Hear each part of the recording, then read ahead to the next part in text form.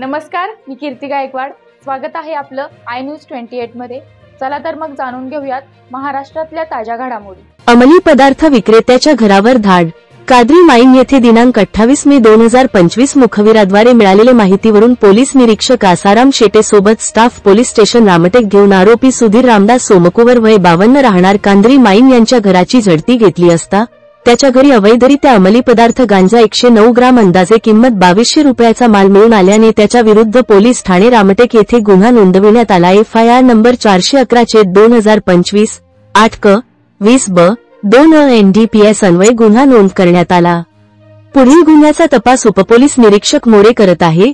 तसेच गाव परिसरात चर्चा आहे की सुधीर रामदास सोमकुवर व यांचा परिवार घरी गांजा विकण्याचा व्यवसाय करतात, त्यामुळे परिसरामध्ये लहान लहान मुलांना अंमली पदार्थाचे व्यसन लागलेले आहे। तरीही यांच्यावर आजपर्यंत प्रतिबंधित कारवाई करण्यात आली असे दिसत नाही। साठगाठ करून हे गांजा विकण्याचे काम करतो असं वाटत आहे। गांजा पकडल्याच्या 1 दिवसानंतरही त्यांच्या घरी ग्राहक अंमली पदार्थ गांजा विकत घेत असताना दिसत आहे। यांना शासनाच्या व पोलिसांचा काहीही भय नाही असा दिसून येत आहे।